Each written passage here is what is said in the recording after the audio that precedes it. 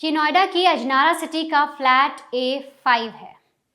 इस फ्लैट के अंदर 13 अगस्त की रात को एक 16 साल का लड़का एक कमरे में बैठा होता है। सामने उसके पिता की लाश पड़ी होती है जो खून से भरी हुई होती है। बिस्तर से खून रिस रहा था और पूरा का पूरा जो बेड था, जो बेड के नीचे का एरिया था, वो खून का तालाब बन चुका था। पूरी रात 16 साल का लड़का अपने 45 साल की पिता की लाश के साथ, जिसमें जो पूरी तरह से खून से भरी हुई थी, उस लाश के साथ बैठा रहता है और सोचता है कि अब करना क्या है। उस बच्चे के हाथ में एक कुल्हाड़ी होती है। पूरी रात लाश के साथ बैठने के बाद वो उस कुल्हाड़ी को बगल में रखता है और उसके बाद खिड़की के पास जाकर देखता है कि कब सुबह होगी। जैसे जैसे वक्त बढ़ता है, सुबह का वक्त आता है, सूरज सर पे चढ़ आता है, वो बच्चा अपने शरीर पर देखता है कि उसके कपड़े, जो उसने कपड़े पहने हुए हैं, शर्ट पैंट, वो खून से भर गई हैं। उसके जो शर्ट है उस पे खून के दाग लगे हुए हैं, उसके हाथ खून से सने हुए हैं। और इसके बाद वो सीधा बाथरूम जाता है। अपने कपड़े उतार कर वो बाकायदा नहाता है, उन कपड़ों को फोल्ड कर कर वॉशिंग मशीन में डालता है और नहा धोकर पूरी तरह से बाहर जब आता है तो फिर से उस कमरे में जाकर अपने पिता के बेडरूम में देखता है कि पिता की लाश ज्यों की त्यों वैसी ही पड़ी हुई और खून जो है सारी तरफ फैला हुआ है। अब ये 16 साल का लड़का अपने पिता की एक फोटो लेता है, उसे साफ करता है, उस फोटो को टेबल पर रखता है और बकायदा जो माला होती है, वो एक हार जो है वो अपने पिता की फोटो पर चढ़ाता है, हाथ जोड़ता है और इसके बाद एक बैग उठाता है। बैग के अंदर एक चाबी रखता है जो घर की चाबी थी, एक फोन रखता है जो इसका खुद का फोन था और एक और मोबाइल फोन जो इसके पिता का मोबाइल फोन था। उस फोन को भी ये उठाता है बिस्तर से और अपने बैग में रखता है। बाहर निकलने के बाद जो चाबी इसने बैग में रखी थी उससे इसी फ्लैट के अंदर ताला मारता है और फिर सीधे तौर पर ये निकल जाता है। अब अजनारा से यहाँ ये पहुंच जाता है सेक्टर 52। सेक्टर 52 के मेट्रो स्टेशन पर ये खड़ा होता है और दूर से देखता है कि कौन सी मेट्रो आ रही है और किस मेट्रो के सामने इसे अपनी जान देनी है। ये लड़का देखता रहता है उस मेट्रो की स्पीड को और जैसे ही ये मन ही मन फैसला कर चुका था कि जैसे ही मेट्रो इसके करीब आएगी ये अपनी सांसें छोड़ देगा, ये एक ऐसा कदम उठाएगा जिसके बाद ये इस दुनिया में नहीं रहेगा। और इसी की चीज़ों को सोचते हुए जो लड़का है 16 साल का, बकायदा मेट्रो को देखता रहता है। जैसे ही मेट्रो आती है ये लड़का भी अपनी ज़िंदगी ख़त्म कर देता है। ये जो पूरा वाक्या या जो पूरी वारदात मैंने आपको बताई, आप सोचिए एक 16 साल का लड़का एक फ्लैट के अंदर किस तरह से अपने पिता का कत्ल करता है, बेरहमी से कत्ल करता है, कुल्हाड़ी से अपने पिता को काटता है और उसके बाद अपनी भी, यानी यूं समझिए खुद को भी मौत के हवाले कर देता है। पिता को मारता है और फिर खुद भी मर जाता है। और एक तरफ जो माँ है उन्हें पता भी नहीं होता कि घर के अंदर आधी रात को क्या पूरी कहानी चल रही है।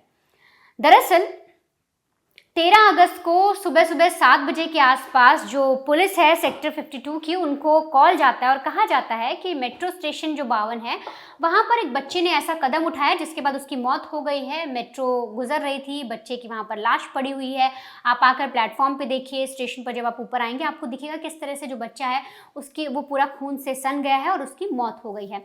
पुलिस जब वहाँ पर पहुँचती है, पूरे क्राइम सीन को देखती है, उस घटनास्थल को देखती है, सीसीटीवी देखा जाता है तो उसमें दिखता है कि बच्चे ने खुद ये कदम उठाया और इसके बाद उस बच्ची की बॉडी को ले जाकर पुलिस डॉक्टर्स को सौंपा जाता है और वहाँ पर पुलिस को क्राइम सीन पर एक बैग मिलता है, वही बैग जो मैंने आपको शुरुआत में बताया था।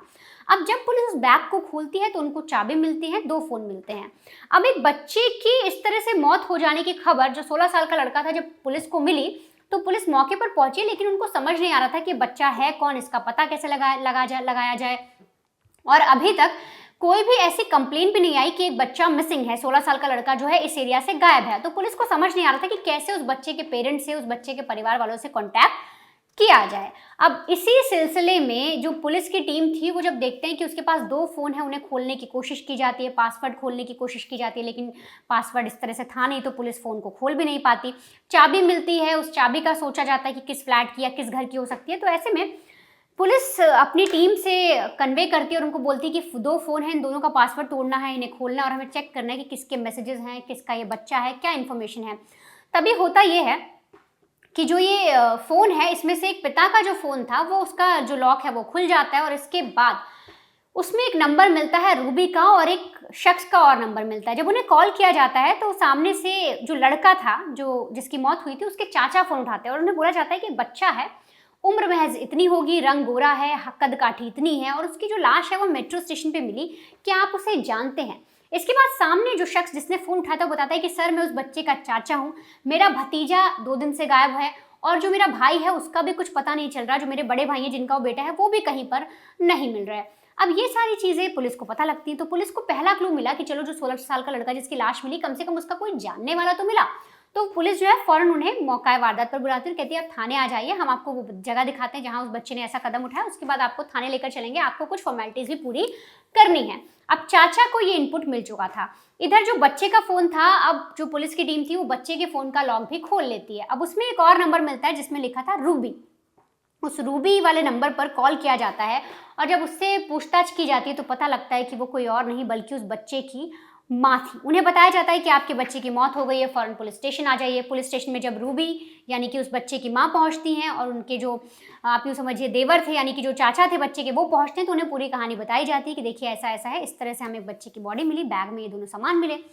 अब इस पर जो चाचा थे वो बोलते हैं कि सर मुझे शक हो रहा है, आप जल्दी से जल्दी किसी भी तरह से मेरे भाई के फ्लैट पर चलिए। अब जैसे जो फ्लैट मैंने आपको शुरुआत में दिखाया, बच्चे की मां रूबी को लेकर, बच्चे के चाचा को लेकर जब पुलिस की टीम इस घर पर पहुंचती है, इस फ्लैट पर पहुंचती है, इसके बाहर से बदबू आनी शुरू हो जाती है। पुलिस को लगता है कि अंदर ऐसी भी क्या चीज़ होगी। जैसे ही ताला खोला जाता है उस चाबी से जो मिली थी, अंदर पुलिस की टीम जैसे ही घुसती है वो सब के सब अपने मुंह पर रुमाल से ढकना शुरू करते हैं, अपनी नाक को ढकना शुरू करते हैं, क्योंकि अंदर बहुत ही ज़्यादा गंदी बदबू आ रही थी।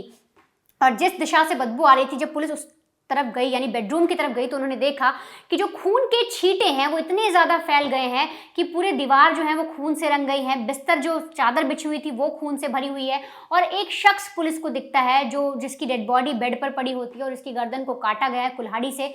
पुलिस जब ये पूरी वारदात को देखती है, जब इस क्राइम को देखती है, तो वो सबसे पहले उस क्राइम सीन को समझने की कोशिश करती है, क्योंकि एक बंद फ्लैट के अंदर एक 45 साल के आदमी की लाश मिली और उसी के बेटे की लाश मेट्रो स्टेशन पर मिलती है। तो उन्हें समझ नहीं आ रहा था कि आखिर इस घर के अंदर हुआ क्या। अब इसके बाद पूरी कहानी समझना चाहती थी पुलिस। तो ऐसे में जब उस क्राइम सीन को देखा गया तो पुलिस को दिखता है कि वॉशिंग मशीन के अंदर जो बच्चा था उसके जो कपड़े थे जिसमें खून के धब्बे लगे थे, बच्चे की शर्ट पैंट थी, वो मिलती है। तो उनको समझ में आता है कि इस बच्चे ने ही कुछ किया है। इसके बाद बच्चे के बैग में जिस तरह से दोनों फोन मिले थे, यानी पिता का फोन मिला था, यानी कि पुलिस समझ गई कि बच्चा जानता था कि पिता के साथ क्या हो चुका है।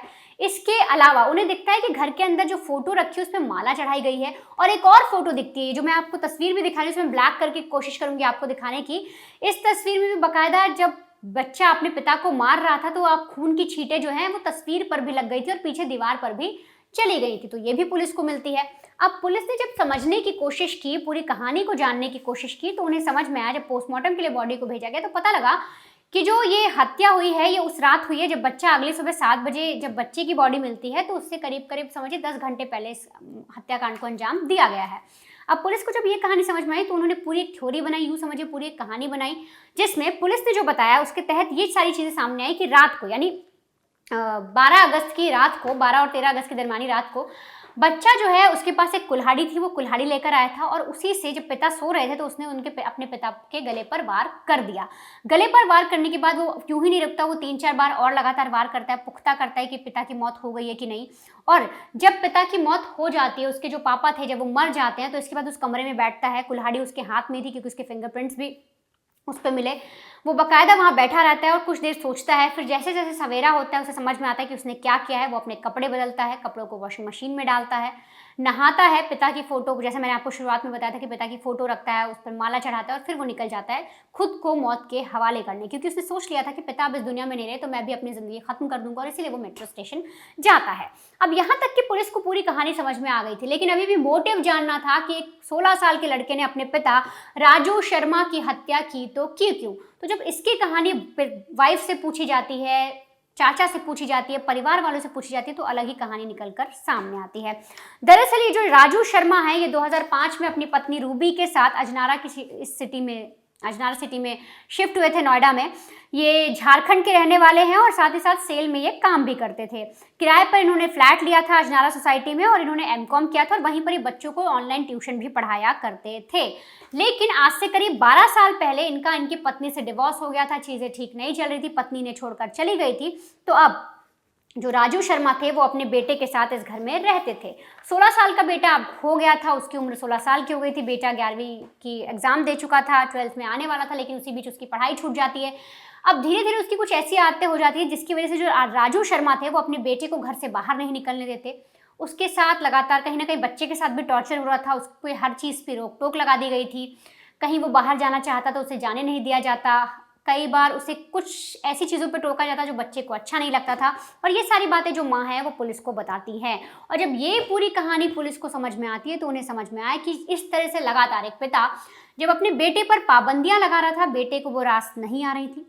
उसे लग रहा था कि पिता उसे बहुत सारी चीज़ों से रोक टोक रहे हैं। माँ तो पहले ही हमें छोड़कर चली गई है, माँ हमारे साथ रहती नहीं है, पिता भी मेरे से ऐसा व्यवहार करते हैं। और ये सारी चीज़ें बच्चे को अंदर ही अंदर डिप्रेशन में डाल रही थी। चीज़ें सही नहीं चल रही थी, मेंटली वो खुद को इस चीज़ का गुनहगार भी मान रहा था। और ये सारी चीज़ें जब उसे लगातार बढ़ती चली गई, रोक टोक बढ़ती चली गई, तो उसे लगा कि अपनी आज़ादी को अपनाने का या अपनी आज़ादी को पाने का सिर्फ एक ही तरीका है कि पिता को मौत के घाट उतार दिया जाए। और इसीलिए वो फैसला करता है। 12 अगस्त की रात वो पिता का कत्ल करता है। 13 अगस्त को सुबह सुबह मेट्रो स्टेशन पहुंच जाता है और ऐसा कदम उठा लेता है जिससे ना पिता अब इस दुनिया में है, ना ही उनका बेटा अब इस दुनिया में है। फिलहाल जो पुलिस है, पुलिस ने पूरे केस को समझ लिया है। परिवार वालों को जो बॉडी है वो भी सौंप दी है। माँ से भी पूछताछ की गई है कि असल वजह क्या थी। जो चीज़ें निकल कर आई हैं, जैसा आपको बताया गया कि पारिवारिक कलह थी, पारिवारिक कलेश था, माँ साथ रह नहीं रही थी, बच्चे को माँ का प्यार उस तरह से मिल नहीं रहा था। और ये सारी चीज़ें धीरे धीरे उस बच्चे के दिमाग में घर कर गई, जिसकी वजह से उसने ऐसा एक खौफनाक वारदात को अंजाम दे दिया।